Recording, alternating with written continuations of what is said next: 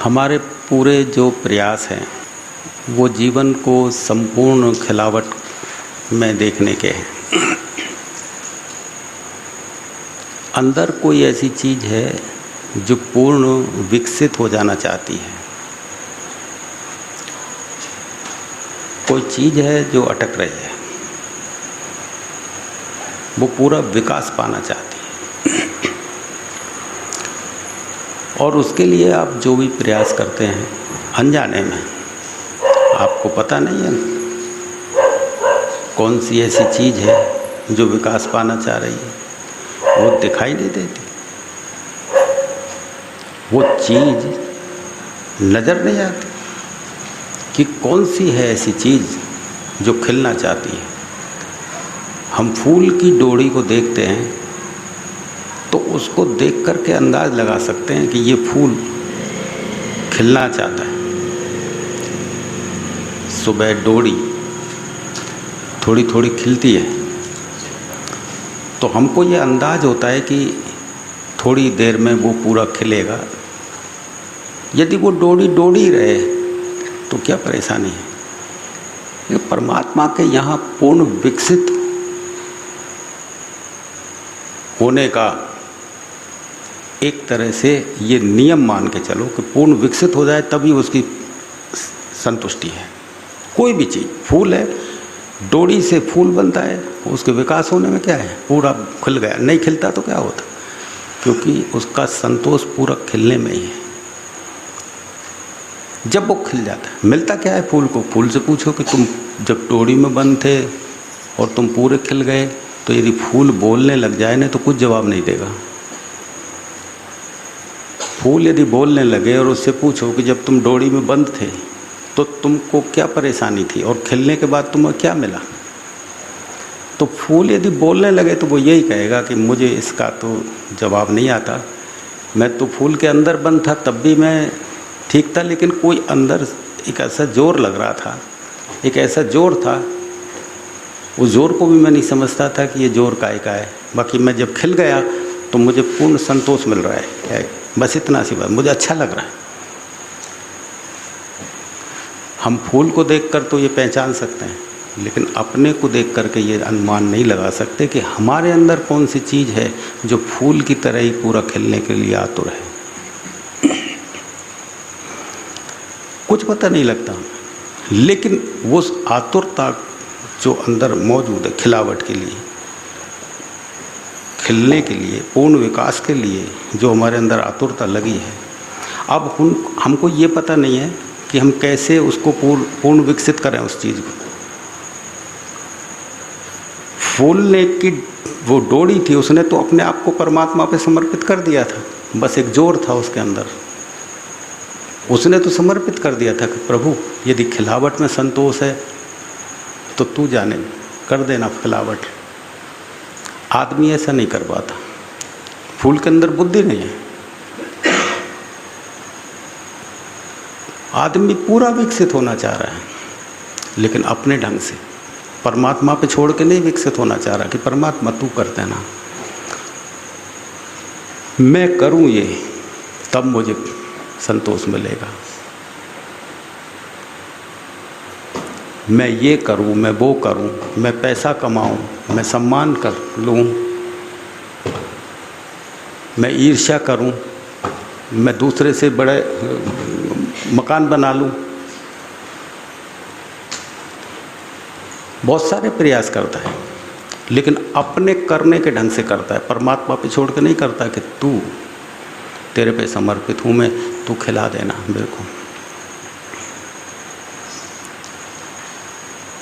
अपने ढंग से करता है, तो उसकी जो प्रयास हैं वो अपने ढंग से हैं। तुम सोचते हो कि छोटा बच्चा है, उसके छोटा जो बच्चा होता है उसके अंदर तो ये सोच ही नहीं होती, न धन कमाने की, न स्त्री की, न मान की, न सम्मान की, तो फिर वो विकसित क्यों नहीं हो जाता।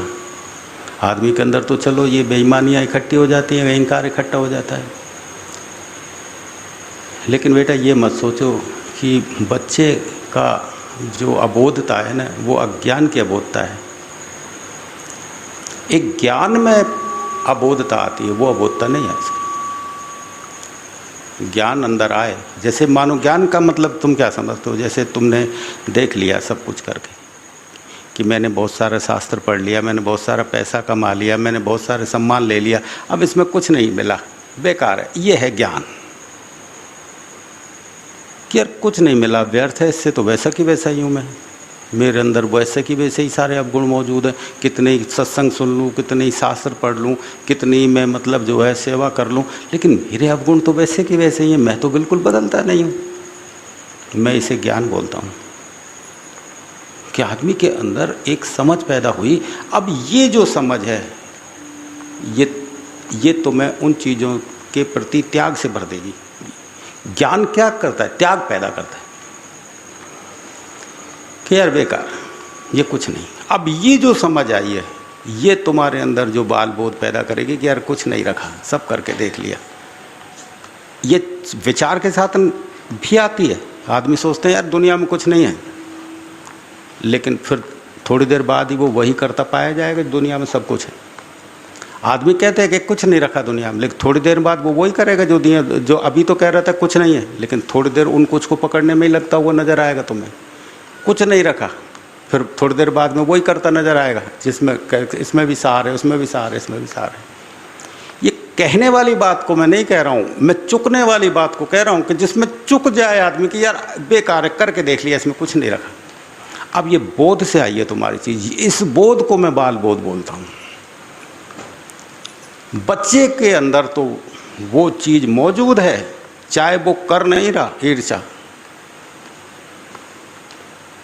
चाहे वो भाग नहीं रहा धन की तरफ, चाहे मैं कर लोभ और मोह में वो फंसा हुआ नहीं है बच्चा भी, लेकिन उसके अंदर बीज तो पड़े हैं ना इन चीज़ों के। बड़े होने के बाद वो विकसित होंगे। वो तुम बचपन से सीखा थोड़ी था तुमने मोह करना, लोभ करना, काम में प्रवृत्त होना, नहीं, वो बीज ही पनपे हैं तुम्हारे अंदर। लेकिन अब वो बीज नष्ट हो जाए तब मैं समझता हूँ वो है बाल बोध। अब वो बच्चा बड़ा है, तुम सोचते हो कि भाई बच्चा छोटा है तो बच्चा तो भगवान का रूप होता है, भगवान जैसा होता है भगवान का रूप नहीं, रूप भगवान नहीं होता वो। कि जब आदमी देखता है कि कुछ नहीं रखा, जब ये बोध से कोई चीज़ आती है तो इस समय भी वो बात बच्चा जैसा हो गया आदमी, लेकिन बच्चा बना नहीं है। तुम बच्चा बनने की कोशिश करोगे ना कि मैं बच्चे भगवान का रूप होता है तो मैं बच्चे जैसे खिलौल करने लगूं, नाचने कूदने लगूं, मैं बच्चे के जैसे इस तरह से ये एक्टिंग नहीं, अनुभव से ज्ञान से बच्चा बनता है व्यक्ति। बच्चा भी बच्चा नहीं है, बच्चा भी पूरा वो होगा तो वो तुम्हारे जैसा बन जाएगा। यदि सभी बच्चे भगवान हैं तो वो तो जागृत हो जाने चाहिए बचपन में ही, आत्मा का बोध से भर जाना चाहिए। बुद्धि तो उसमें है नहीं, लेकिन अज्ञानता है उसके अंदर। ज्ञान के बोध में जब आदमी अबोधता में आता है, उसे मैं अबोध को ही बोध बोलता हूँ, वो हुआ बोध असली। ये चीज़ समझने की है। सवाल ये नहीं है परमात्मा राम है कि कृष्ण है कि चाहे ब्रह्मा है कि विष्णु है कि, ये सवाल ये नहीं कौन है, सुन के मानने वाली बात नहीं है। ये बोध में आए, कुछ नहीं। ब्रह्मा को माना, राम को माना, हनुमान को माना, सबको मंदिर जा जा के देख लिया, व्रत उपवास करके देख लिए, लेकिन मैं वही रहा, कुछ नहीं बदला मेरे अंदर। ये बेकार थकावट ही करी, जीवन में कोई बदलाहट नहीं आई। अब ये बोध जो आया है इसे मैं ज्ञान बोलता हूँ कि अब तुम्हारे अंदर ज्ञान पैदा हुआ। पढ़ के ज्ञान नहीं आता। रामायण पढ़ लो, गीता पढ़ लो, पढ़ा है, चुके नहीं हो तुम, अभी भर रहे हो स्मृति को। अभी तुम्हारे कितना भरोगे स्मृति? स्मृति भरने से ज्ञान का कोई वास्ता नहीं है। अनुभव से आना चाहिए ज्ञान, पैदा होना चाहिए कि कुछ नहीं शब्दों में कुछ नहीं। अभी थोड़े दिन पहले मेरे पास में एक आया था, लड़का था, ज़्यादा उम्र नहीं थी, 25 साल की उम्र होगी, 24-25 साल की। कंठस्थ गीता श्लोक वगैरह यूँ बोल दे, और उसने MA किया है शास्त्रों में, उपनिषद वगैरह में। ध्यान वगैरह भी बहुत सारी विधियां जो सीखी हूँ वो सारी कर रखी थी, सारी विधियां। और वो सिखाता है योगा दूसरों को, विदेशियों को भी सिखाता है ऑनलाइन।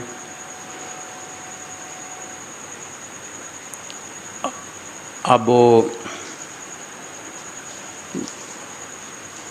मेरे पास आया तो 5 मिनट बैठा होगा। मैंने कहा कैसे आए?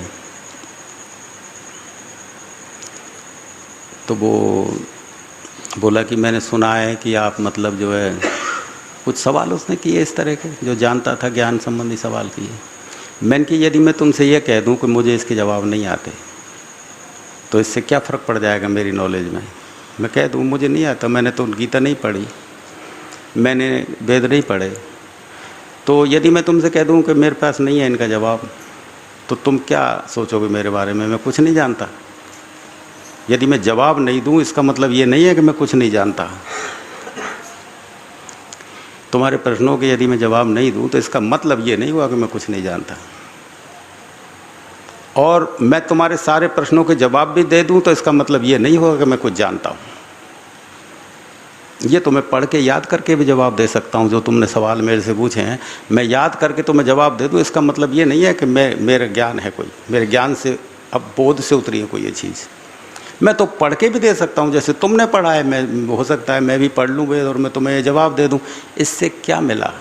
मैं भी वही रहा और तुम भी वही रहे। प्रश्नोत्तरी से कुछ नहीं होता। तुम प्रश्न करो मैं जवाब दे दूँ, इससे क्या फ़र्क पड़ने वाला है? फ़र्क पड़ता है जीवन में परिवर्तन आना चाहिए। तुम राम को मानते हो, कृष्ण को मानते हो, गीता को मानते हो, वेदों को मानते हो, कोई फ़र्क नहीं पड़ता इन चीज़ों से। तुम बदलते कितना हो, फ़र्क इससे पड़ता है।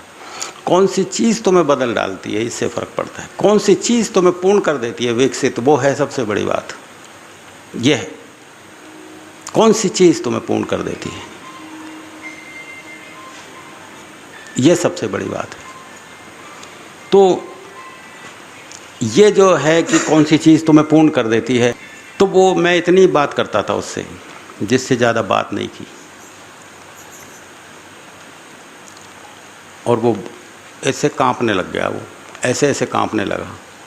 मैंने कि तुम ऐसे क्यों हो रहे हो, डर क्यों रहे हो तुम मुझसे, ऐसा डरते क्यों हो बेटा?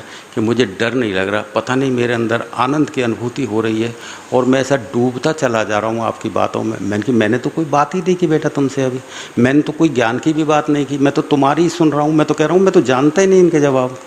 जो तुम पूछ रहे हो क्या रखा है, मैंने तो यही कहा है, मैंने तो तुमसे कुछ कहा भी नहीं है। बस उससे पहले मेरे से मिला भी ना। अब वो ऐसे कांपने लगा और आंखें मिचती चली जा रही उसकी। मैंने कि बेटा अब थोड़ी देर बाद मिलना तू मेरे से आके, फिर बताना तेने जो श्लोक याद कर रखे हैं, जो गीता याद कर रखी है, उपनिषद याद कर रखे हैं, ये सब याद जो कर रखे हैं, अब मेरे पास आना, बताना तुझे जवाब मिला कि नहीं मिला। मेरे जवाब ना देने के बाद भी तेरे अंदर जवाब मिला कि नहीं मिला।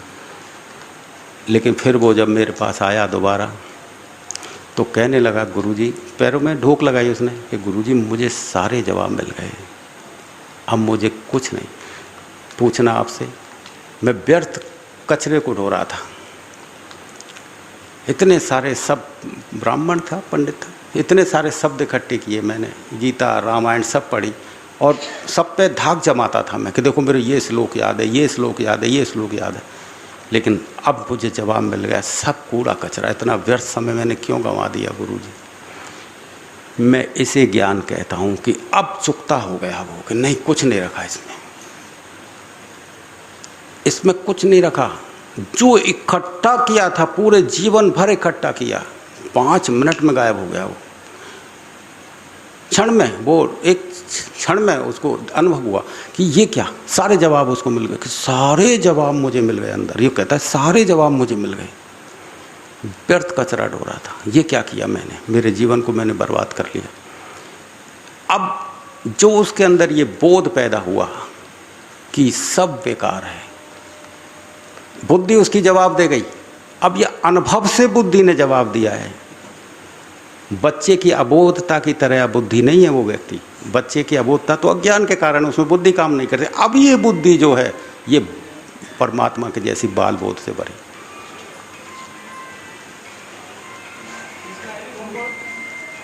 ये बुद्धि, ये जो बाल बोध है, जब उसने देखा कि अब कुछ नहीं, ये तो बेकार है, ये सारा कुछ भी नहीं, मैं तो मेरे आनंद के लिए सत्संग बोलता हूँ बेटा, तुम्हारे आनंद के लिए नहीं बोलता। तुम सोचते हो तुम्हारे लिए बोलता हूँ, ये मेहनत तुम्हारे लिए नहीं करता मैं, मुझे अच्छा लगता है इसलिए बोलता हूँ। तुम्हारे को तो मैं जानता हूँ, इतने साल तुम हो गए, तुम तो वैसे ही हो अभी। तुम क्या सोचते हो कि मैं धोखे में आने वाला हूँ? मैं कभी धोखे में नहीं आऊँगा, मैं तुम्हारे रग रग से वाकिफ़ हो गया हूँ। तुम जो सोचते हो उसको भी जानता हूँ। जब तुमने तय कर लिया है कि हमें इसी तरह मरना है, तो मैं कुछ नहीं कर सकूँगा बेटा। उठाने वाला तभी उठा सकता है जब आदमी उठने को तैयार हो। जिसके अंदर ये बोध पैदा हो जाए कि कुछ नहीं रखा, वही व्यक्ति संभल सकता है जीवन में। नहीं तो सारी आवाज़ें यहाँ से निकलती हैं, सारे आंसू यहीं से निकलते हैं, ऊपर से सारी चीज़। जिस घड़ी ये बोध आ गया कि नहीं अब नहीं, वो नाभि से सार पार जाता है आदमी। वो बोध उस लड़के के अंदर आया था एक क्षण में कि नहीं कुछ नहीं, अब कुछ नहीं है संसार में, देख लिया मैंने कुछ। उसकी हालत इस तरह हो गई, जब दोबारा आया तो वो ज़्यादा गहराइयों में उतरने लगा, क्योंकि अब जब एक तरफ का द्वार बंद हो जाता है तो दूसरी तरफ का खुलता है। एक तरफ के यदि आकर्षण तुम्हारे अंदर नहीं चुके, एक तरफ के यदि आकर्षण लगे हुए हैं, तो दूसरा दरवाज़ा कभी खुलेगा नहीं जीवन में, ये ध्यान रखना। तुम सोचते हो हम इतने दिन से आते हैं सत्संग में, बिल्कुल नहीं आओ तो क्या फ़र्क पड़ रहा है, और तुम आ रहे हो तो क्या फ़र्क पड़ रहा है? तुम्हारे द्वार तो पूरे दूसरी तरफ बारे अभी खुले हुए हैं सारे, अभी चुकता हुए नहीं, अभी रस मौजूद है, अभी रस टटोल रहे हो, सारे रस मौजूद हैं। बस तुम कहते हो कुछ नहीं रखा, बाकी सारे रस मौजूद हैं। अभी तुम्हारे अंदर ये बोध पैदा ही नहीं हुआ कि बेकार है सारा सब कुछ, ये अंदर से नहीं उछल गया आवाज़ सुन लिया होगा कहीं से केवल, तो वो दरवाज़ा कभी खुलेगा नहीं, कभी खुल ही नहीं सकता। खुलेगा उसका जिस दिन अंदर से निकल गई कुछ नहीं है, उसका वो तुरंत तत्क्षण उस लड़के का खुला। और इतना शास्त्र पढ़ा हुआ था, संसार में इतना डूबा हुआ था, और खुल गया। अब उसको सहन भी नहीं हो रहा बिल्कुल भी। अब तो कहता है प्रभु आप संभालो। जैसे अर्जुन का जब बोध हुआ था युद्ध के मैदान में, जब अर्जुन को ये विराट खोला था भगवान ने, तो उसको पहला जो अनुभव हुआ उसको तो इसी तरह का कंपनी लगने वाला था। शुरू में जो अनुभव होता है ना बेटा, वो ऐसे ही कपकपी लगाता है। तुम परमात्मा को क्या सोचते हो? वो प्रेम करने वाला है, वो गोदी में उठाने वाला है, वो तुम्हारे संकट हरण करने वाला है। अभी तुमने परमात्मा का एक रूप एक ढंग से सोचा है, उसे एक तरीके से सोचा है, सिर्फ एक तरफा देखा है, दूसरी तरफ उसका देखा नहीं तुमने। फूलों को देखा है, कांटों को छोड़ दिया है। अभी तुमने सोचा ही नहीं कि कांटे बनाने वाला भी वही परमात्मा है। अभी तुमने उजाले के रूप में सोचा है परमात्मा को बस, लेकिन ये नहीं सोचा कि अंधेरा किसने बनाया। परमात्मा से अलग है कोई अंधेरा बनाने वाला, कांटों को कोई और है दूसरा बनाने वाला, दुख को कोई और है बनाने वाला। पर तुमने सोचा है कि परमात्मा तो सुख देता है, सबकी मुरादें पूरी कर देता है। बस केवल एक रूप देखा है। जिस घड़ी दोनों रूप समझ में आएंगे ना, जब पूरा परमात्मा स्वीकार होता है बेटा। अभी तुमने एक साइड देखी है, जब परमात्मा जब शुरू का अनुभव हुआ तो कांपने लगा, ये क्या हुआ प्रभु, लौटा दो मुझे उसे। क्यों कह रहे थे लौटा दो मुझे? अभी अर्जुन क्यों कह रहा था मुझे लौटाओ? क्योंकि अभी एक क्षण का आनंद परमात्मा का है उसका, और पूरे जीवन का आनंद अनुभव उसके संसार का है, ये मत भूल जाना। पूरे जीवन वो संसार की भाग दौड़ में रहा है, तो एक क्षण का परमात्मा का आनंद किसी को मिल भी जाता है ना, तो दोबारा उसी तरफ लौट के आ जाता है जो जीवन भर उसने साधा है। एक क्षण उसे रोक नहीं पाएगा। तुम सोचते हो बहुत से लोगों की साधना बन जाती है, वो दोबारा क्यों संसार में लौट जाते हैं? इसलिए कि उनके संसार के आकर्षण चुकता नहीं हुए हैं, अभी लगे हुए हैं। एक बार चुकता हो जाए, कुछ नहीं रखा, वो नहीं लौटेगा वापस, वो पूरा जाएगा। अनुभव होने के बाद भी व्यक्ति लौट जाते हैं। अनुभव होने के बाद भी तुम्हें संसार के, इसको यार साधना भी बन गई, ये क्यों हो गया ऐसा? तो मैं तुमसे कहता हूँ अनुमान मत लगाना साधकों के बारे में। तुम अपनी देखना कि हमारे कदम नहीं उठ पाए हैं। जिस घड़ी तुम्हारे कदम उठे अपने साथ चलना, दूसरे को मत देखना कि ये साधना बनने के बाद ऐसा क्यों कर रहा है। वो इसलिए कर रहा है क्योंकि संसार का असर एक क्षण में नहीं छूटता उसका, संसार में ज़्यादा रहा है। थोड़ा और डूबेगा, अंदर चलेगा, तब भी गिरने की, क्योंकि एक ही जन्म का नहीं है ये संसार तुम्हारा, करोड़ों जन्मों में इसी संसार में रहे हो, अभी तो जागरण संपर्क में आया है। करोड़ों जन्मों का वही अभ्यास रहा है जो अभ्यास अब कर रहे हो, जो अब पाप कर रहे हो तुम, जो अब बुरा कर रहे हो, ये जन्मों जन्मों किया है, ऐसा कि ऐसा ही, कोई अलग नहीं था तुम्हारा। अब एक क्षण परमात्मा में आ गए, एक क्षण का बोध रोक सकेगा तुम्हें? यदि तुम्हें स्वर्ग में भेज दिया जाए ना, तुम कल्पना करके देखना, तुम कितने घंटे ठहर सकते हो वहाँ, कितने दिन ठहर सकते हो स्वर्ग में, क्योंकि वहाँ तो सुख ही सुख है, वहाँ तो दुख है नहीं। थोड़े दिन में ही चुकता हो जाएगा, दोबारा नरक में आना पड़ेगा कि यार ये बढ़िया जहाँ सुख दुख दोनों मौजूद हैं। सुख भी उबाता है व्यक्ति को, ये मत सोच लेना, वहाँ भी उब जाओगे यहाँ, क्योंकि आदत पड़ी है इन दुखों में रहने की तुम्हें, इन दुखों को वापस लौट जाओगे। अर्जुन जब देखता था, कहता प्रभु मैं कांप रहा हूँ, मुझे भय हो लग रहा है, मैं अत्यंत भयभीत हो रहा हूँ मैं। कृष्ण तो उसे देख रहे थे भयभीत, क्योंकि पहला जो अनुभव है उसको थोड़ा पच नहीं रहा, अभी पचने में टाइम लगेगा, क्योंकि पचता नहीं है ना तब तक आदमी कांपता है, पचने लग जाता है तो कंपन बंद हो जाती है। कांपता क्यों? तुम कहते हो ना साधना बन गई ये वो रहे, वो कांप रहा है, हजम नहीं हो रहा उसको अभी। तुम जब कुछ खाते हो तो खाने के बाद अंगड़ाई भी लेते हो, पेट पे हाथ भी फेरते हो, सो जाते हो, हजम हो जाता है तो नॉर्मल होते कि नहीं होते? कुछ भी चिरपरा थोड़ा सा खा लो तो किस तरह सीटाटे भरते हो, थोड़ी देर बाद में चिरपराहट बंद हो जाती है, नॉर्मल होते कि नहीं होते? तुम थोड़ा ठंडा खा लो तो अब एबनॉर्मल हो जाते हो, थोड़ी देर बाद में सामान्य होते कि नहीं होते?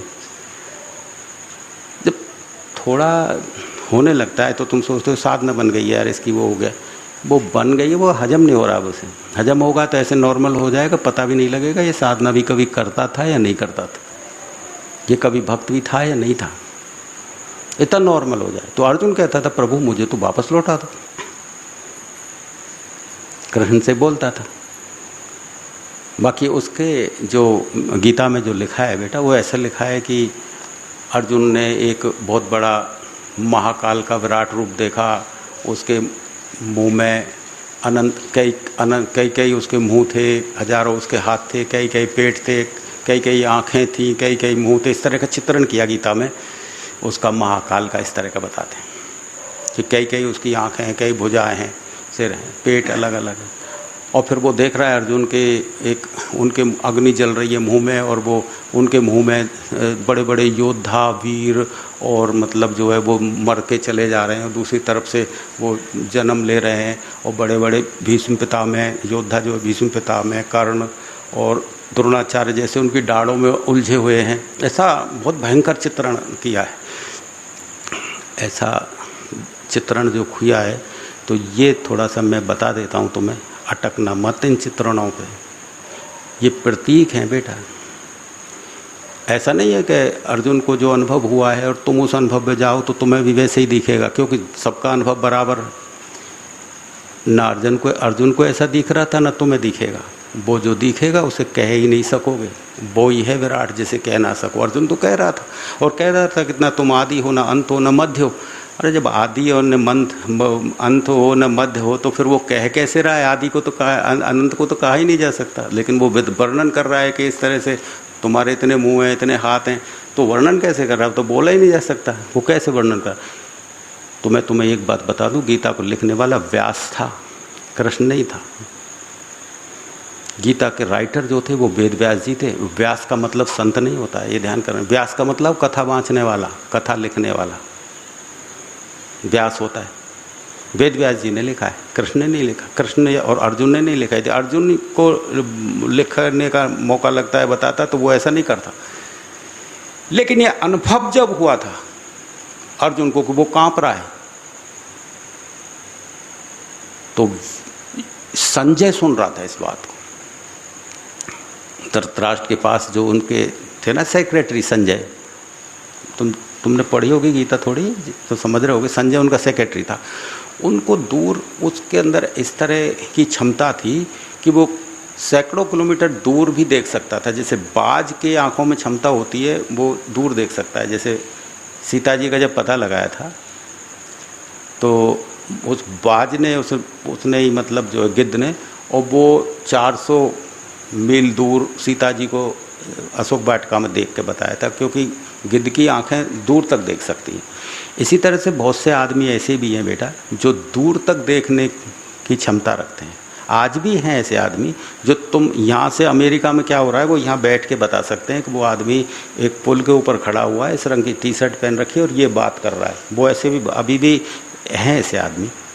मैंने अभी एक टीवी प्रोग्राम हो का देख रहा था चैनल पे, तो एक आदमी ऐसा बैठा रखा था चैनल पे और वो बाकायदा चित्र बना के बता दिया कि इस पुल पे ये आदमी खड़ा है, ये बात कर रहा है, अभी भी थोड़े दिन पहले। तो इस तरह की क्षमता बहुत से लोगों में एक्स्ट्रा ऑर्डिनरी तुमने क्षमताएं देखी होंगी कि बहुत से आदमियों को तुम देखो शरीर के ऊपर चम्मच बर्तन वगैरह ऐसे चिपक जाते हैं। बहुत से लोग ऐसे होते हैं जिनमें बहुत एक्स्ट्रा आदमी से अलग सामर्थ्य वाले लोगों को अखबारों में तुमने कई बार पढ़ा होगा। तो संजय में ऐसी सामर्थ्य थी कि वो दूर से देख कर के और सुन सकता था कि युद्ध का पूरा माहौल क्या है और कौन कैसे बात कर रहा है। इसीलिए वो धृतराष्ट्र अंधा था और अंधे के पास उसी को रखा, क्योंकि धृतराष्ट्र तो उतावला था। पूरे युद्ध का वर्णन कौन सुनाया उसे? उसके बच्चे लगे थे युद्ध में और दोनों तरफ उनके ही परिवार के लोग थे। तो ये सुनने के लिए उसने संजय को रखा कि भाई ये संजय देख के बता सकता है। अब तुम देखिए बात, कृष्ण अर्जुन को शक्तिपात कर रहे हैं और उसके अंदर अनुभव हो रहा है। अब वो कांप रहा है, तो इस कांपने वाली स्थिति को कैसे वेद व्यास जी लिखेंगे? क्योंकि संजय ने ही तो कहा था वेद व्यास जी से जाके, अर्जुन को तो कृष्ण को तो मतलब ही नहीं था, वो एक बार सुना चुके। यदि इसी गीता को कृष्ण दोबारा सुनाते तो कुछ दूसरे ही ढंग से सुनाते। ऐसे शब्द कोई पंडित वाले शब्द नहीं है किताब में रट ली है कि हर चीज़ का जवाब एक सार ही दे दे। वो तो दोबारा यदि सुनानी पड़ती ना गीता अर्जुन को तो इसका अलग ही कुछ और बता देते, वो तीसरी बार तीसरा ही कुछ और बता देते, उदाहरण दे देते। ऐसा नहीं था।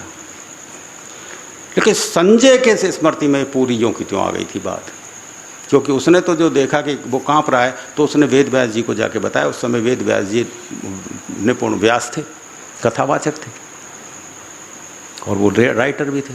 तो बताया तो उसने जैसे जैसे बताया यार वो तो कांप कैसे रहे। तो व्यास का क्या, व्यास जी जो लेखक जो होते हैं ना, तो खुद की बुद्धि काम नहीं करे तो 10-20 व्यासों को बुला लेता है कि यार इस तरह की कांपने वाली स्थिति बनी थी, इसका कैसे चित्रण करें, लेखन में कैसे डालें, इसको लिखें कैसे। कांपेगा तो आदमी डर की वजह से ही। तो इस तरह से अर्जुन जैसा वीर आदमी जो कभी हारा ही नहीं है और वो कांप रहा है, इसका मतलब है उसने कोई बहुत भयंकर ही कोई विकराल रूप देखा है। ये कल्पना बनती है आदमी कि वो अर्जुन ने केवल वो केवल संजय ने वो कांपता हुआ ही देखा है, लेकिन उसको शब्द रूप कल्पना रूप कैसे दिया, उसको कैसे प्रतीक बनाया व्यास ने कि यार वो कांप रहा है तो उसका भयंकर रूप ऐसे बना दो कि वो मौत से कांप रहा होगा। क्योंकि आदमी को मृत्यु से ज़्यादा बड़ा डर किसी से भी नहीं लगता है। मृत्यु सबसे बड़ा भयभीत करने वाला है। तो वो यार मृत्यु का तो इस तरह का देखा होगा उसने। और आदमी जन्म लेता है और मर जाता है और इस तरह से जन्म लेता और मरते हुए देखे होंगे, लेकिन अर्जुन ने सबको तो मरते हुए देख लिया और जन्म लेते देख लिया। भीष्म पितामह को भी देखा, कर्ण को भी देखा, द्रोणाचार्य को भी, सबको देख रहा है। खुद को देखा है कि उसने मरता हुआ उसमें? ये बताओ, खुद को मरता हुआ नहीं, उनको देख रहा है। तो जब उनको मौत आ रही है अर्जुन को क्यों नहीं आ रही है? उसको क्यों नहीं आ रही है अर्जुन को? अपनी मौत को व्यक्ति देख ही नहीं पाता, दूसरों की के देख लेता है। तो वो इस तरह से संजय ने जैसे बताया तो वेद व्यास जी ने प्रतीक बनाए। और हम लोग क्या करते हैं, क्या प्रतीक को पकड़ लेते हैं कि भाई एक महाकाल, कृष्ण भगवान के शरीर में कोई महाकाल नाम का कोई इस तरह से राक्षस आया जिसके बड़े बड़े नाखून हैं, जिसके बड़े बड़े दांत लटक रहे हैं, जिसके इस तरह से लोगों को मार रहा है, लोगों को। तो यार जब वो राक्षस सबको मार रहा है तो वो ये भी कह रहा था मैं सबका विनाश करने के लिए आया हूँ। वो राक्षस, वो महाकाल ये भी कह रहा था कि मैं काल हूँ, मैं सबका नाश करने के लिए आया हूँ। तो कर दिया था कि उसने सबका नाश। वो योद्धा ही मरे थे, बाकी के सारी दुनिया मर गई थी। कृष्ण अर्जुन का जो लड़का था, नहीं समझे, उसके तो परिवार वंश आगे तक चला है, बहुत सारी दुनिया बची रह गई थी। सबको कहाँ मार, वो योद्धा तो लड़े थे, वही तो मरे थे। वो महाकाल कहाँ गए, सबको मार देता। लेकिन ये समझने की बात है कि जो वेद व्यास जी चित्रण करना चाहते थे वो मृत्यु का चित्रण करना चाहते थे और वो इस तरह से दिखाना चाहते थे कि अर्जुन इसीलिए डरा था, तो इसको वो प्रतीक बना दिया उन्होंने। बाकी काल ऐसा नहीं है कि कोई राक्षस के तरह और आकाश में बैठा है और वो सबको मार देगा, नहीं। काल शब्द को देखो तुम पहले। काल का मतलब होता है समय। समय निश्चित सबका है। जिसने जन्म लिया उसका समय, वो एक दिन मर जाएगा। अब इसका हम प्रतीक बनाए तो बड़े बड़े नाखूनों वाला बना दें, दांत बना दें, भाई ये खा जाएगा, ऐसा नहीं है। समय अपने आप मार देता है। पैदा हुए और समय आने पे मर जाएगा व्यक्ति, ये प्रकृति का। और मरेगा, परमात्मा ही जीवित हो रहा है, परमात्मा ही मर रहा है। तुम्हारे अंदर परमात्मा है ऐसा नहीं है, तुम्हारे अंदर परमात्मा नहीं है, लेकिन तुम उसको जगा नहीं पाए तो सोई हुई अवस्था में है। तो उसका कि हजारों लोग इस तरह से वीर योद्धा मर रहे हैं, जन्म ले रहे हैं, और वो प्रतीक भयंकर बना दिया और बोले महाकाल हूँ। तो महाकाल हूँ तो मारने के लिए आए ऐसा कर, वो तो हमेशा ही लोग मर रहे हैं, हमेशा ही लोग जन्म ले रहे हैं, मर रहे हैं। अब इसका प्रतीक बना दिया महाकाल। अब लोग क्या पढ़ने वाले क्या, सब गीता में लिखा है ये कृष्ण तो काल हैं और वो तो मारने के लिए आए थे। अरे वो कृष्ण नहीं आए तब भी तो मर रहे हैं लोग, जब कौन से बच रहे हैं। महाकाल उनके शरीर में आए थे, शरीर में कोई महाकाल नहीं आता है। महाकाल तो मुक्तिदायक होता है, समझो तुम बात। महाकाल जो है महामृत्यु का नाम है। महामृत्यु जिस समय घटित होती है वही तो मोक्ष और कल्याण दिलाती है। महाकाल का मतलब ऐसा नहीं है तुम्हें मारे, नहीं, तुम्हारे अहंकार को मिटा दे। और जो अहंकार मिटने के बाद जो अमरता पैदा होती है वो है महाकाल की स्थिति, जिसको इतना दूषित करके बताया कि उसके नाखून है, वो है ये। अहंकार जब पूर्ण विदा होता है वो महाकाल की अवस्था है। अहंकार जब मरता है, जब आंशिक मरता है उसे काल बोलते हैं, और जब संपूर्ण विदा होता है, पूरा विदा हो गया, जब स्वच्छंद अवस्था आती है, तीनों गुण वहाँ मिट जाते हैं। ना हमारा रजोगुण है, ना तमोगुण है, सतोगुण, तीनों गुणों का नाश हो गया, कुछ नहीं रहता। वो महाकाल वाली अवस्था है। इसके बाद परम स्वच्छंद होता है आत्मा। महाकाल के तो मंदिर बना रखे हैं, हम पूजा करते हैं। उज्जैन में देखो महाकाल के मंदिर की पूजा करते हैं। जब वो मृत्यु ही है और वो सबको मारने वाला है तो पूजा क्यों कर रहे हैं उसकी। जानकार लोगों ने उसकी पूजा की है। जिन्होंने आत्मा को जाना है वो समझ गए कि महाकाल तो मोक्षदायक स्थिति है, परम कल्याण की स्थिति है महाकाल। लेकिन व्यास इस चीज़ को नहीं जानता था। व्यास ने वो चीज़ इस तरह से चित्रण कर दी कि आदमी मर रहे हैं, जन्म ले रहे हैं, वो कर रहे हैं, ये कर रहे हैं।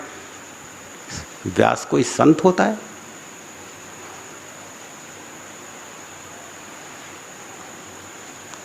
फिर गीता सुनाई थी कृष्ण ने और सुनने वाला था अर्जुन। अब अर्जुन कृष्ण का जो स्टैंडर्ड था, कृष्ण जिस स्तर पे वो करके बात कर रहे थे उतना स्तर तो था नहीं अर्जुन का।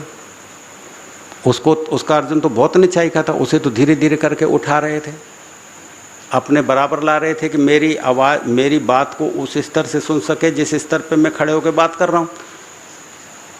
तुम क्या समझते हो? तुम मेरी बात को यूँ क्यों समझ जाते हो? कभी नहीं समझ पाओगे, कभी समझ ही नहीं सकते। समझोगे तभी जब तुम्हारा समर्पण पूरा होगा। यदि समर्पण नहीं है तो मेरी बातों के अनेक अर्थ निकाल लोगे, और निकालते हो तुम वासना के हिसाब से। तुम्हारी वासनाएं जैसी होती है मेरी बातों की वैसी अर्थ निकाल के तुम अपना काम चलाते रहते हो। तुम्हारी वासना के हिसाब से अर्थ निकालते हो। लेकिन यदि समर्पण पूरा हो गया ना तो वही अर्थ निकलेगा जो अर्थ जिस हिसाब से मैं बोल रहा हूँ, उससे अन्यथा जा नहीं सकता अर्थ। जिस समय तुम तुम्हारे अर्थ निकाल दो तो समझते हो तुम्हारा पूरा समर्पण नहीं है अभी।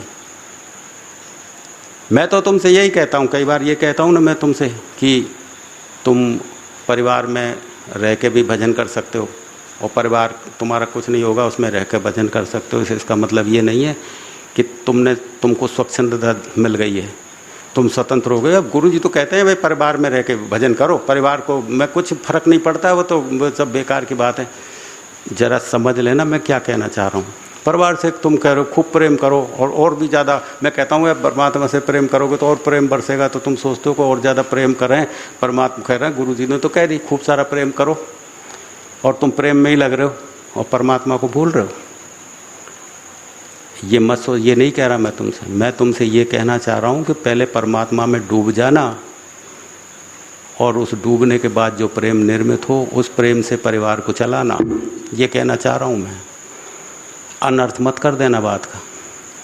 ये मत कहना कि गुरुजी ने तो कह दिया बच्चों से प्रेम करो, और भी ज़्यादा करो। मैं कह रहा हूँ बहुत ज़्यादा करना, लेकिन उस प्रेम से करना जो परमात्मा दे तुम्हें। तुम्हारे वाले प्रेम से प्रेम मत कर लेना, वो वासना का प्रेम है। वो प्रेम जो तुम करोगे ना, वो तुम्हें क्या दे सकता है ये तुम अच्छी तरह जानते हो। परमात्मा का भी यूज करोगे तुम, परमात्मा का यूज करोगे तुम वासनाओं की वजह से, परमात्मा को यूज करोगे, गुरुवाणी को यूज करने लग जाओगे तुम। मैं कहता हूँ परमात्मा परिवार में ही मिलेगा, लेकिन कब? परमात्मा वहीं चैतन्य होगा जहाँ तुम खड़े हो, परिवार में खड़े हो चाहे कहीं खड़े हो, जिस घड़ी तुम परमात्मा में डूबते हो। और उस डूबने के बाद जो ठंडक आती है, उस ठंडक से जब तुम परिवार चलाते हो, मैं उस प्रेम की बात करता हूँ, तब परिवार में जागरण होता है। तुमने बात तो समझ ली, लेकिन केवल परिवार को तो पकड़ लिया, उस प्रेम को पकड़ लिया, परमात्मा को छोड़ दिया। बचा कुछा सोचते हैं, परमात्मा को भी कर लेते हैं, पहले परिवार को संभालते हैं। नहीं, परमात्मा में डूबना, फिर तुम्हारा कोई काम बिगड़ जाए तब मुझे बताना, जब बिगड़ जाए तब बताना मुझे तुम। लेकिन अभी तुम कहते हो गुरुजी हम तो सत्संग में आते हैं, हमारे तो काम बिगड़ते रहते हैं। बिगड़ेंगे ही, तुम बिगड़े हो तो तुम्हारे काम भी बिगड़ेंगे। तुम सुधरे कब थे? मैंने तो सुधरने के लिए कहा था तुम्हें। तुम सुधरे होते तो फिर शिकायत ही नहीं करते।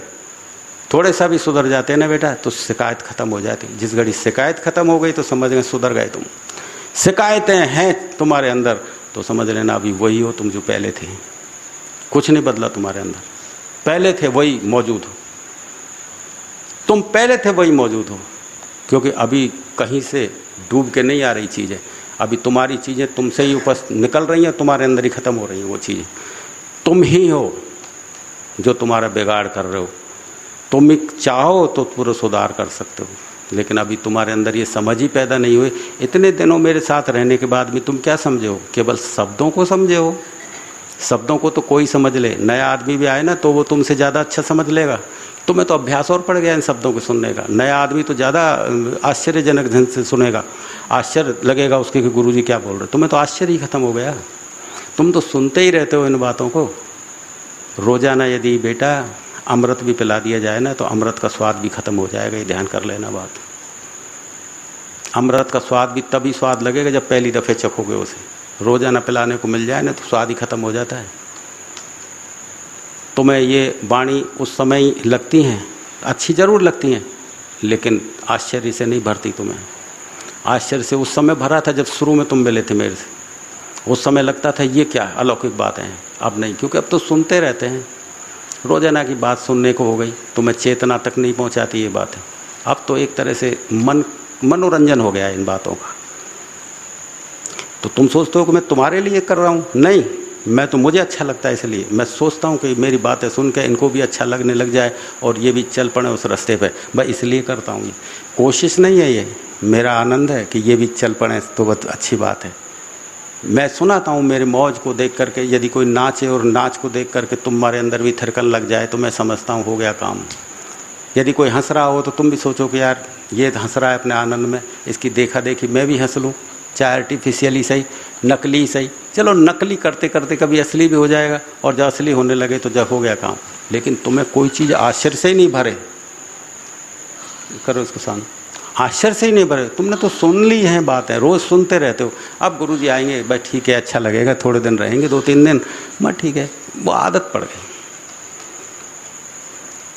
अर्जुन को आदत नहीं थी। पहली बार जब कृष्ण की बातें सुन रहा था तो अवाक रह गया था। जिस कृष्ण को ग्वाला समझ रहा था मैं, जिस कृष्ण को मैं रिश्तेदार समझ रहा था, जिस कृष्ण को मैं समझता था कि ये तो कुछ जानता ही नहीं है, वो इस तरह की बातें भी कर सकता है। आश्चर्य से भर गया, आंखें खुली की खुली रह गई, आंखें खुली की खुली रह गई। ये है सबसे बड़ा आश्चर्य। आश्चर्य जब होता है ना बेटा, आंखें डबकती नहीं है, देखते ही रह जाते हो। आश्चर्य का मतलब क्या होता है जानते हो तुम? आश्चर्य का मतलब होता है कि जो बात तुम्हें आत्मा पे चोट करती हो और आंखें खुली रह जाएं, वो है आश्चर्य। ये आश्चर्य नहीं है कि कोई तुम्हारे सामने कोई अद्भुत तमाशा दिखा दे और तुम आश्चर्यचकित हो जाओ। अरे वो तो खेल तमाशे हैं, उससे आश्चर्य नहीं, आश्चर्य का कोई मतलब ही नहीं है उससे। वो कोई और शब्द दो उसे। आश्चर्य वो है, वो शब्द जो तुम्हें आत्मा तक एकदम से झनकार दें और आँख खुली की खुली रह जाए, वो आश्चर्य है, वो है आश्चर्य। ये नहीं है आश्चर्य जो तुम दिन में बहुत सारे आश्चर्य देखते हो कि एक चुटकुला सुना दिया देखते रह गए आश्चर्य, क्या ये बकवास आश्चर्य हैं। जो वाणी तुम्हें सचेत कर दे कि ये क्या, तो अर्जुन चेकता रह गया कृष्ण को कि ये क्या कह रहे हैं, ये किस तरह की बातें कर रहे हैं, ये तो बड़ी अजीब बात है। तुम तो बहुत सही हो बेटा, अर्जुन बिल्कुल सही नहीं था। अर्जुन तो बहुत निकम्मा आदमी था। तुम उसके जीवनी उठा के देखोगे तो कहोगे कि हम तो बहुत ही धार्मिक आदमी है। उसकी अनुपात में धार्मिक नहीं है तुम वो तो मैं अनुपातिक बता रहा हूँ। तुम तो निकम्मे हो वैसे मैं तो अनुपातिक बता रहा हूँ। उसके अनुपात में देखोगे तो कहोगे हम तो बहुत धार्मिक है। तो अर्जुन तो इस तरह से, किस तरह से वो उसकी जीवनी तुम पढ़ो। किसी की लड़की को हरण करके ले आ रहा है, रुक्मणी का हरण करके लाया था, कोई विवाह थोड़ी थी। किसी अपनी बहन को दूसरे साथ भगा रहा है निकल देखो तो तुम भी नहीं कर सकते ऐसा। छल से दूसरों को युद्ध में मरवा रहा है, सीधे सीधे तो मरवाया नहीं था। उसका जीवन तुम देखो तो कहोगे तो हमसे ज़्यादा बेकार आदमी। उसके जीवन को तुम देखो, ऐसा उसने अर्जुन ने देखा उसको पूरे जीवन भर। तो अचानक जब उसने देखा कि एक साधारण ग्वाला इतनी ऊंची बात कर रहा है, इतने परम की बातें कर रहा है, तो आश्चर्य से भर गया एकदम से। मैं इसे पात्रता कहता हूँ बेटा। पात्रता कोई सने सने नहीं आती है। तुम क्या सोचते हो कि धीरे धीरे करके, ये तो बेटा तुम्हारे संस्कृतियाँ हैं, संस्कार हैं जो धीरे धीरे आया करते हैं। बचपन से संस्कार डाल दिया, बेटा ढोक लगा, जय चिंत बोल दे, ले बेटा ये तू चल। ये दूसरे कोई आए बड़े आदमी तो उनको ढोक लगाना, प्रणाम करना, मीठे बोलना, ये संस्कारिक बातें पात्रता नहीं पैदा करती। ये संस्कारित व्यक्ति है। संस्कारी व्यक्ति अंदर से खराब का खराब ही रहता है, ऊपर की चिकना चुपड़ा रहता है। वो ऊपर से अच्छा करके दिखा सकता है, मीठे बोल सकता है, आव भगत कर सकता है, वो ऊपरी चिकड़ा चुपड़ी है, अंदर से नहीं बदला वो आदमी। लेकिन अर्जुन ने जब ये बातें सुनी तो वो चिकना चुपड़ी की बातें नहीं, संस्कारित नहीं हुआ था अर्जुन। संस्कार पैदा नहीं हुए थे कृष्ण की बातें सुन के कि उसमें कोई नया संस्कार जग गया हो। नहीं, सारे संस्कार विदावर हो गए थे उसके। तो आश्चर्य से देखने लगा था, कहीं कोई शिक्षा ही नहीं है इसकी बातों में। इसकी बातों में कोई शिक्षा ही नहीं है, इसकी बात कोई मार्गदर्शन ही प्रदान नहीं कर रही है। ये कह ही नहीं रहा कि ये कर या ये कर, ये तो उस तरह बोल रहा है जैसे परमात्मा बोल रहा हो। आकाशवाणी लग रही उसे, और देखता ही रह गया। बस यही क्षण था पात्रता का, और ये पात्रता युद्ध के मैदान में घटित हो गई। पात्रता एक क्षण में आती है, सने से नहीं है ना। तुम वाल्मीकि को देखो, इतना बुरीगार था, कितने बुरे बुरे काम करता था। नशाबाजी वो करता था, चोरी वो करता था, बलात्कार, मारना, खून, ये उसके बुरे काम हो। संस्कार तो उसको बिल्कुल भी नहीं थे। लेकिन तुम रामायण पढ़ के देख लेना, वाल्मीकि भई ब्रह्म समाना। क्षण में कितनी देर ठहरे थे माँ उनके गुरु, कितनी देर ठहरे थे? थोड़ी सी देर का ही वार्तालाप था, और उसको वो बांध के और चले गए थे गुरु को। अपने गुरु का है वो महात्मा को, बाद में बने गुरु, तो बांध के चले गए थे। तेरे घर वालों से तो पूछ के आ तू कि तेरे पाप में वो भी भागीदार है कि नहीं। बस इतने सही कहा। और घर जब गया, घर जाने के बाद उसने पूछा कि आप लोग भी मेरे पाप में भागीदार हैं?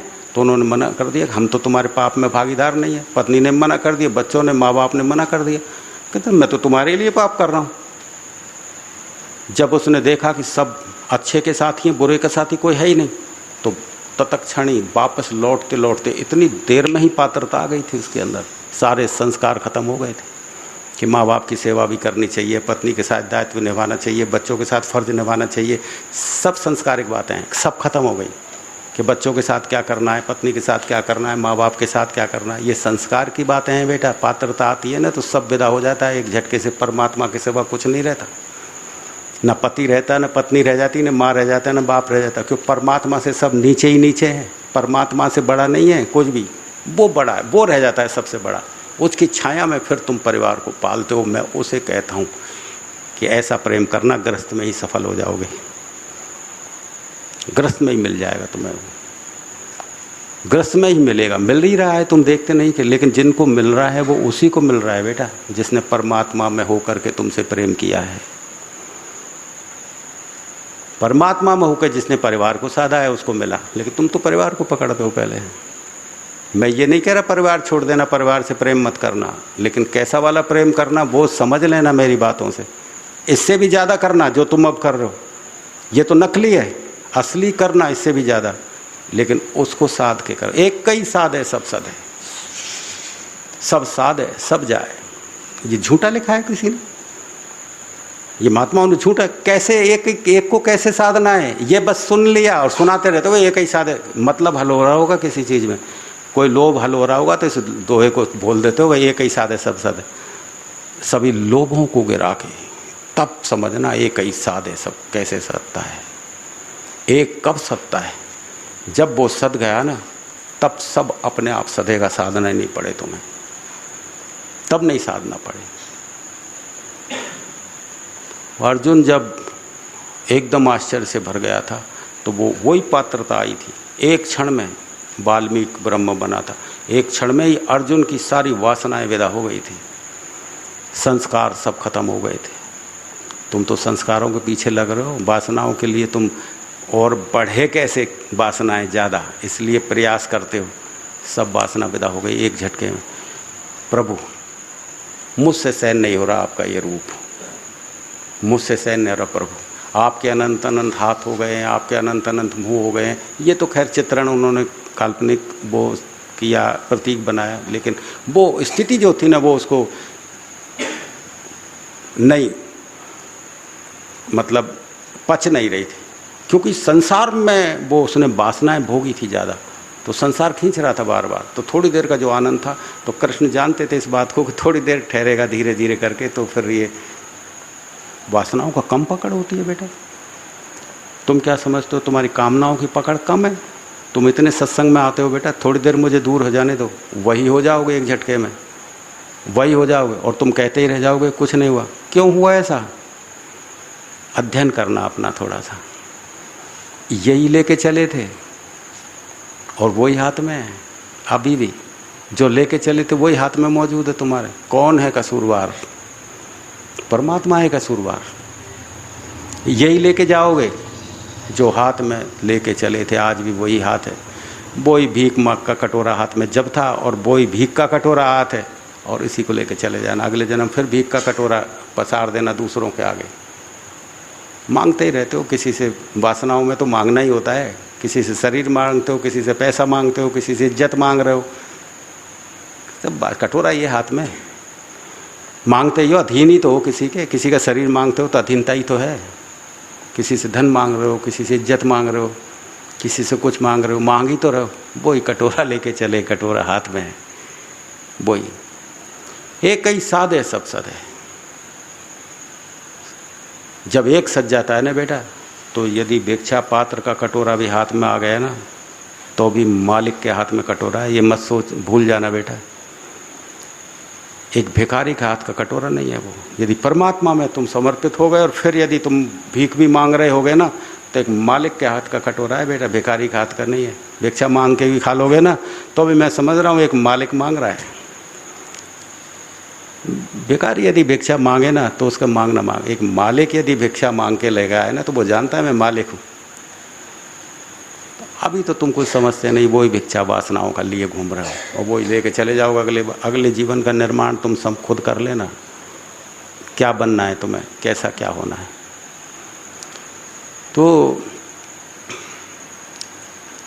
अर्जुन उस स्थिति को सहन नहीं कर पाया था, क्योंकि वासनाएं उसकी बहुत प्रगाढ़ थी और वो वापस लौटने को कह रहा था कि प्रभु मुझे वो सामान्य रूप में, चतुर्भुज रूप में दर्शन दो मुझे। चतुर्भुज रूप का मतलब व्यास ने तो लिख दिया चतुर्भुज, लेकिन वो क्या कहना चाहता था? प्रभु ऐसे प्रेम में ही बन जाना, ऐसे प्रेम में ही बनो प्रभु जैसे, क्योंकि मेरे जो कपकपी लग रही है डर की वजह से, तो आप सामान्य प्रेमी बन गए ना, तो ये कपकपी सामान्य प्रेम से तो नहीं रुकने वाली।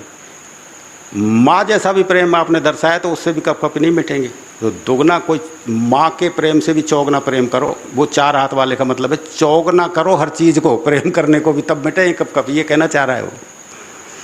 चौगनी अवस्था करो प्रेम की प्रभु, प्रेम को चौगना करोगे तो कपकपी मिटे। अब बालक कितना डर गया होगा वो, कितना डर गया। चार हाथ वालों से मतलब ये नहीं है, चार हाथ वालों वो प्रतीक बनाए। चार हाथ वालों से मतलब प्रभु चौगना करो अपने प्रेम को, इस छाती को इतना चौड़ी कर दो कि मैं, मुझे संभालो इसमें, तभी मैं कपकपी मिटेंगे मेरी, इससे ज़्यादा तभी कपकपी मिटेंगे।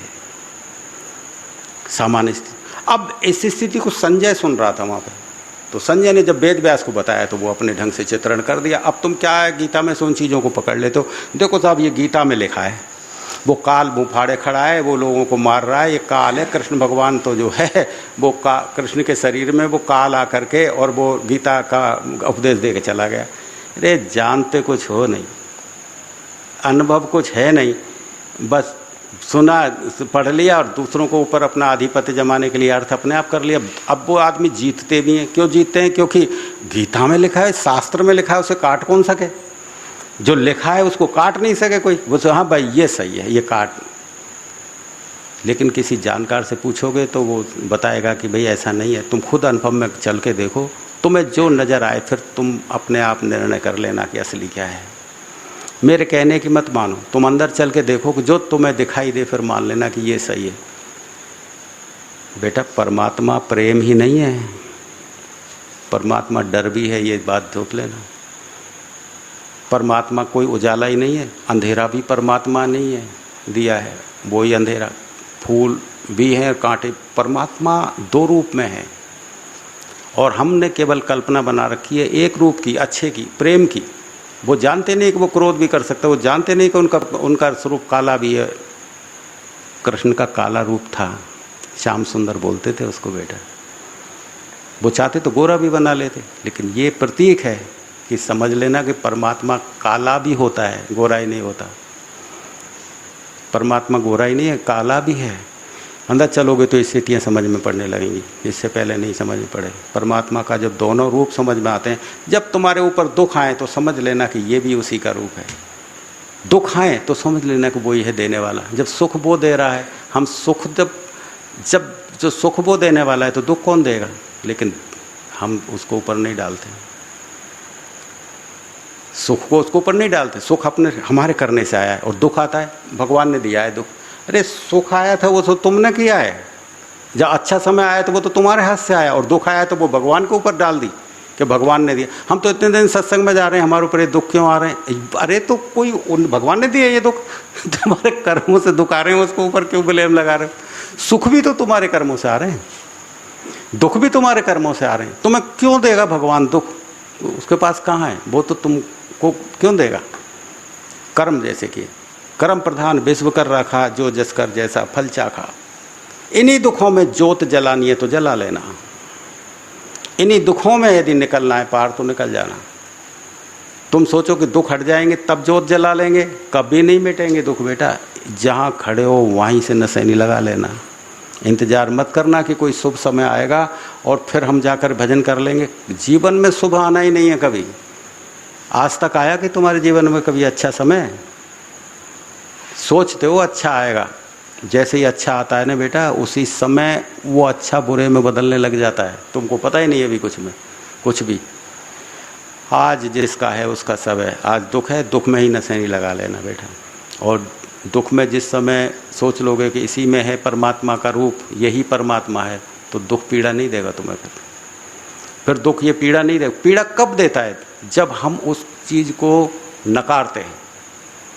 हम नकारते हैं या दुख नहीं आना चाहिए। दुख आ ही गया है तो उसको ठहरो, उसमें जियो, देखो उस दुख को, उसमें जियो। जैसे ही तुम उसे स्वीकार करोगे तो दुख पीड़ा देना बंद कर देगा। ये ध्यान करना। दुख पीड़ा ही जब देता है जब हम उसे अस्वीकार कर देते हैं। हम सुख को स्वीकार करना जानते हैं, दुख को स्वीकार करना नहीं जानते, इसलिए पीड़ा से भरते हैं। हम दुख को विपरीत को अनुकूल बनाना नहीं जानते। हम स्वीकार करें तो विपरीत अनुकूल बन सकता है, लेकिन हम स्वीकार नहीं करते। हम तो दुखों को दूर हटाते हैं। क्यों हटाते हैं दूर? क्योंकि हम ये जानते ही नहीं कि परमात्मा दो रूपों में। हम सोचते हैं परमात्मा तो सिर्फ उजाला है, रोशनी है। कह दिया बुद्ध भगवान ने, दीप अपो दीपो भवे। भाई दीपक है भगवान, सुन सुन के गीत गा रहे हैं, जानते हैं नहीं कुछ भी। वो तो प्रकाश है, सुन लिया है कहीं से, जानते हैं नहीं। वो संतों की वाणी है। अरे संतों की वाणी छोड़, तू जान के देख ले है कि नहीं उजाला। परमात्मा का एक अंधेरा रूप भी है, उसको भी जान लेना बेटा। परमात्मा का एक अंधेरा रूप भी है, एक विकराल रूप भी है, जिससे अर्जुन का अपराध। अब इस चीज़ को संजय सुन रहा है, देख रहा है और उसके प्रतीक रूप व्यास बना रहा है और वो गीता में लिख दिया गया है। असली यदि तुम उसके अर्थ जानोगे तो किसी संत से ही जान सकते हो। गीता प्रत्येक घर में लगभग लोग पढ़ते हैं, पढ़ते नहीं तो रखिए गीता। श्रद्धा रखते हैं कृष्ण के ऊपर, गीता के। कितनी टीकाएं लिखी जा चुकी हैं। टीका लिखने का मतलब ही ये है कि मुझे कृष्ण वाली बातें समझ में नहीं आई, मैं इसको अपने ढंग से लिखता हूँ, ये है टीका। और फिर उसने हजारों टीकाएं लिख दी, यानी 1000 तरह से समझी हैं कृष्ण की बातों को लोगों ने। और यदि इसका अंत और नहीं है, लाखों भी लिखी जा सकती है, यानी कृष्ण एक है और उसके अर्थ करने वाले लाख हैं। तो वो क्या कहना चाहता था वो लाख भी नहीं समझ रहे। हजारों लोग टीका लिखने का मतलब है कृष्ण जो कहना चाहता था वो हम ये समझे हैं, ये है टीका का मतलब। हम जो लिख रहे हैं ये हम समझे हैं।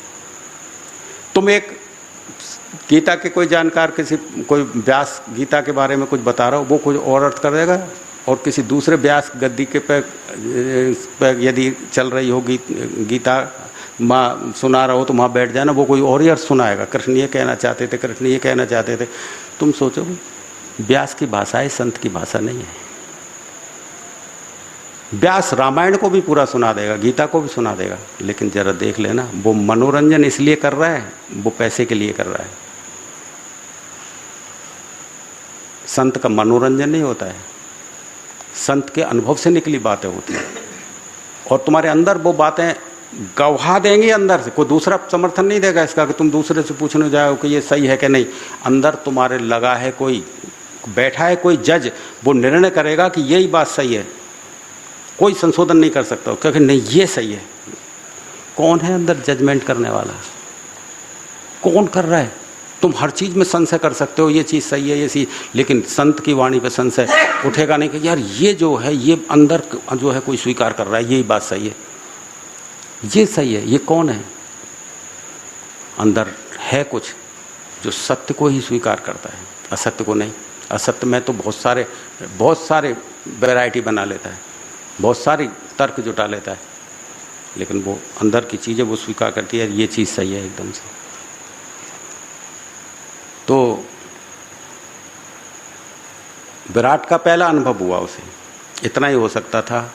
दोनों सेनाओं के बीच में पहला जो अनुभव होता है ना, वो इतना ही हो सकता है, इससे ज़्यादा सहन नहीं कर सकता व्यक्ति। इससे ज़्यादा सहन करने के लिए तो साधना बनती है ना बेटा, तुम जो देखते हो तो वो संभलती नहीं है। कई बार बहुत ज़्यादा परेशानी, मैंने 2 महीने की परेशानी होती, घर वाले कभी झाड़ फूँक करवाने ले जाते हैं, कभी डॉक्टर पे इंजेक्शन लगवाने ले जाते हैं, समझते तो कुछ है नहीं, और वो करते हैं इसको क्या हो गया है लेकिन बेटा वो जानते नहीं हैं।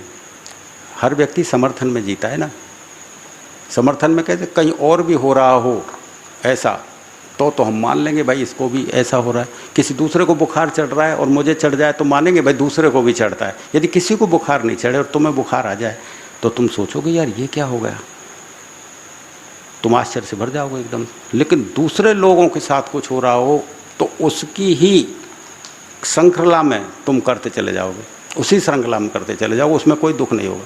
अचानक यदि कोई चीज़ ऐसी आ जाए तब होता है यार ये क्या हुआ एकदम से, तब विरोध चालू होता है। समर्थन में विरोध चालू नहीं होगा। ये तो हम देखते चले आए हैं। शुरू में जब किसी की साधना बनी थी यहाँ, जब व्यक्ति इस तरह से मचल रहा था तो बड़े सभी लोग आश्चर्य करने लगे थे, यार ये क्या है, इसको भी ध्यान कहते हैं, ये क्या हुआ एकदम से, इसको भूत आ गया, इस तरह का विरोध हुआ है।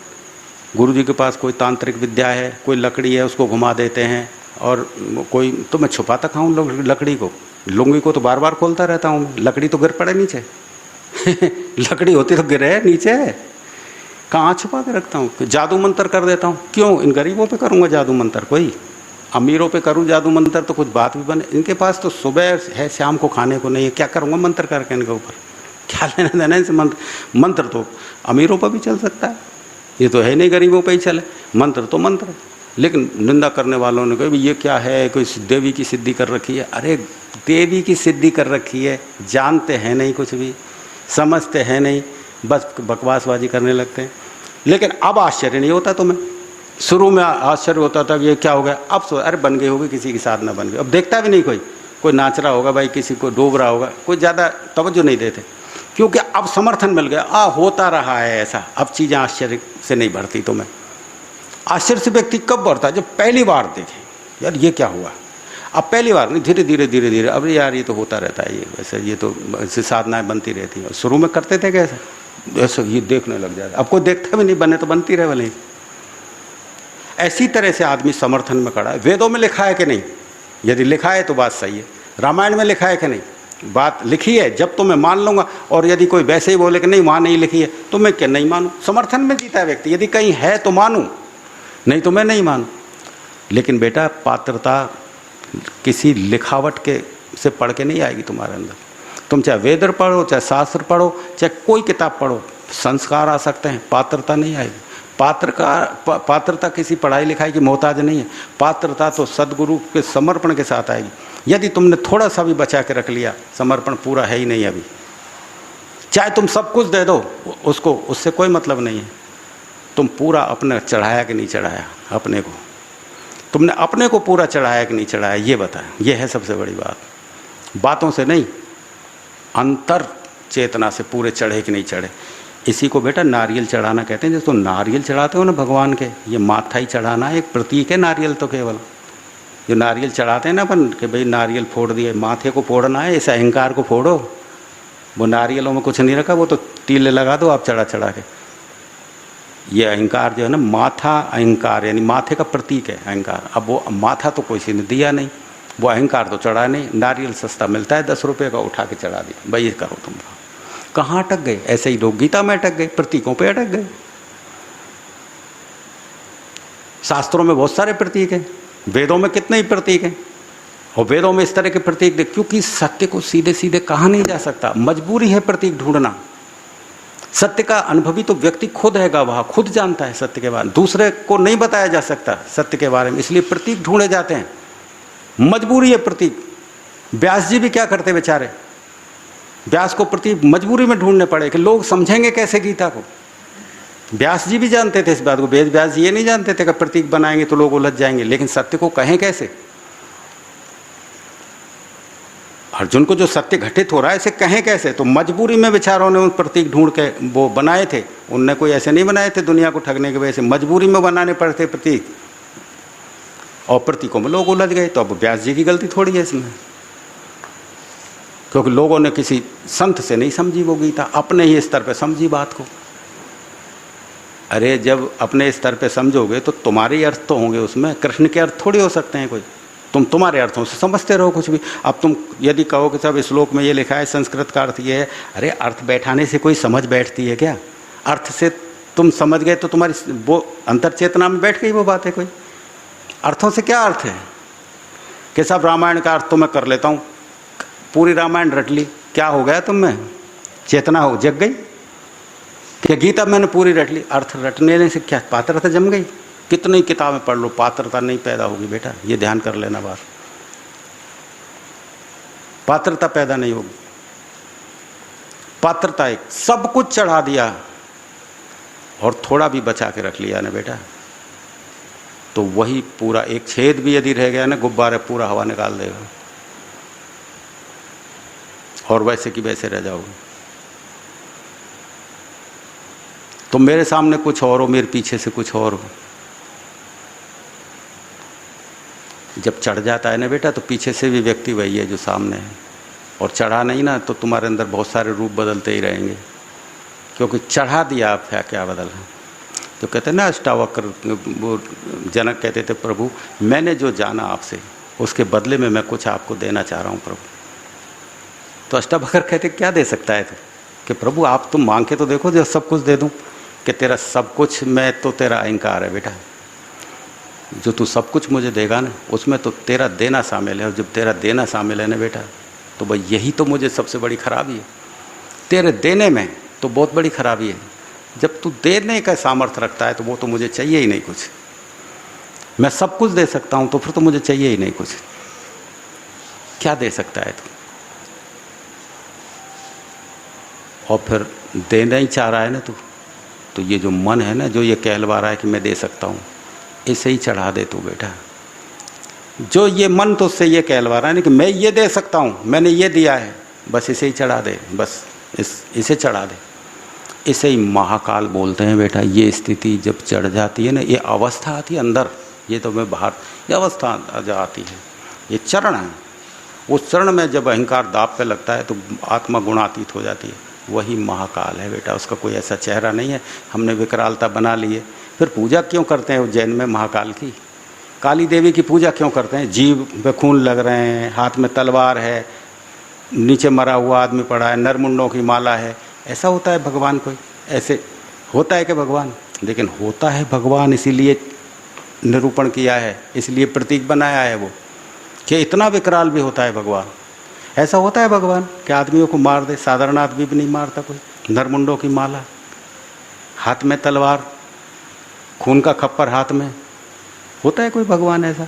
लेकिन भगवान है तभी तो पूजा हो रही है। लेकिन जिसने जाना, रामकृष्ण परमहंस ने जाना कि काली से ज़्यादा प्रेमी कोई दूसरा हो ही नहीं सकता। जिसके हाथ में खप्पर, हाथ में तलवार, नीचे नरमुंडों की माला गले में, उसका दीवाना हो गया रामकृष्ण परमहंस। क्यों हुआ? बुरीगार का कोई दीवाना होता है कि बेटा? प्रेमी का होता है। अरे वो होते राम के दीवाने हो जाते। ऐसे प्रेमपूर्ण मूर्तियां तुमने बना रखी हैं मंदिरों में, ऐसे मुरली मनोहर के हो जाते। रामकृष्ण परमहंस मुरली मनोहर के हो जाते, वो ज़्यादा अच्छे हैं। ऐसे विकराल के दीवाने हो गए। और इतनी दीवानगी आ गई थी बेटा कि आदमी होकर के माहवारी होती थी उनको। आदमी होकर भी स्तनों में दूध आ गया था, और आदमी होकर वो साड़ी पहन करके नाचते थे उसकी दीवानगी में। इतना प्रेम करना कोई मामूली बात है उस काली के, जिसके हाथ में खप्पर है, जिसे गले में नरमुंडों की माला है। लेकिन वो पहचान गए थे कि परमात्मा, उस रामकृष्ण ने परमात्मा के दूसरे रूप को भी स्वीकार कर लिया था, तभी वो पूरे परमात्मा में नाच सकते। नाचेगा ही भाई जो पूरे परमात्मा को जान ले। आधे अधूरा वाला कभी नहीं नाचेगा कि प्रकाश को समझ लिया तो फिर अंधेरा नहीं समझा तुमने तो नहीं नाच सकते। बस प्रकाश को देखा, अंधेरे को देखा नहीं, तो आधा ही परमात्मा देखा है तुमने, अभी आधे को जाना है, वो क्या नाचेगा?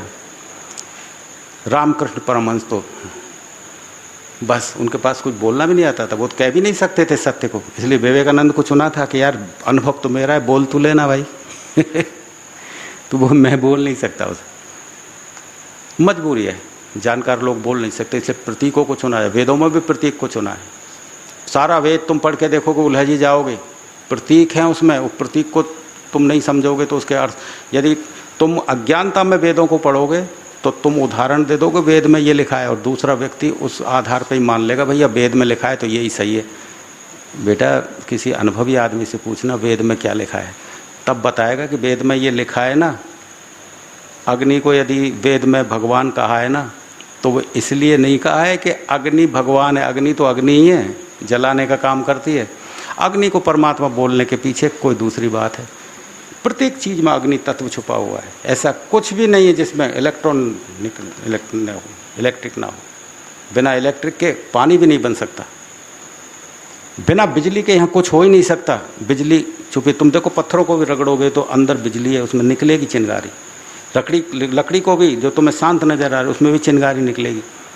जब उस समय के आदमी ने जाना कि अग्नि के बिना यहाँ कुछ भी नहीं है, अग्नि यानी परमात्मा, अग्नि के बिना होना संभव नहीं है यहाँ, इसका मतलब है अग्नि तत्व ही परमात्मा है, इसलिए अग्नि को परमात्मा बोला। अब तुम कहो भाई अग्नि परमात्मा वेदों में लिखा है, अरे तू पागल, समझता है नहीं क्या अग्नि, ये अग्नि है, ये तो उसका विजिबल रूप है। अब तुम वेदों में प्रतीक बनाए हैं, उन प्रतीकों को यदि उलझ गए तो प्रतीकों में उलझ गए तो उसका कोई अर्थ नहीं निकलना है।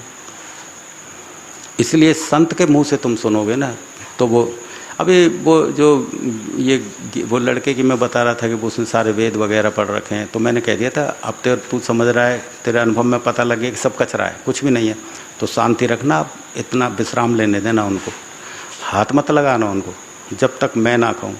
और जब तू पूरा जान जाए ना, फिर मैं तुम्हें पढ़ने का भी कहूँगा तो अब पढ़ना, और फिर पढ़ने की भी ज़रूरत नहीं रह जाएगी तुझे। मैं कह तो दूंगा तू पढ़ ले, लेकिन फिर कहेगा कि फिर अब मुझे पढ़ने भी नहीं, क्योंकि मैं जान गया। क्योंकि आदमी साधना की अवस्था में यदि फिर भी इनको पढ़ता रहे ना तो दिशा भूल हो सकता है, क्योंकि भी पुख्ता थोड़ी है, कच्चा घड़ा कभी भी फूट सकता है, दिशाएं अलग ले सकता है। इसलिए मैं तो कभी नहीं कहता, मैं तो पहले ही कहता हूँ कि भाई तो ये स्टॉप कर देना, ये मत पढ़ना अभी, तो मैं कहूँगा तब पढ़ना। तो बेटा इस तरह से ये जो कृष्ण का जो स्तर था वो एक बहुत ऊंचा स्तर था। अर्जुन को धीरे धीरे वो अपने स्तर पे लाए, जब अर्जुन समझ सका और जब समझ उसकी बराबर के स्तर में जब आके बैठी, तत्क्षणी उसके अंदर पात्रता जागृत हो गई। और पात्रता में वो जैसे ही उनको शक्तिपात किया, क्योंकि शक्तिपात करते ही चेतना एकदम से, तुम नहीं कर सकते, तुम करके देख लेना, कुछ नहीं होगा तुमसे।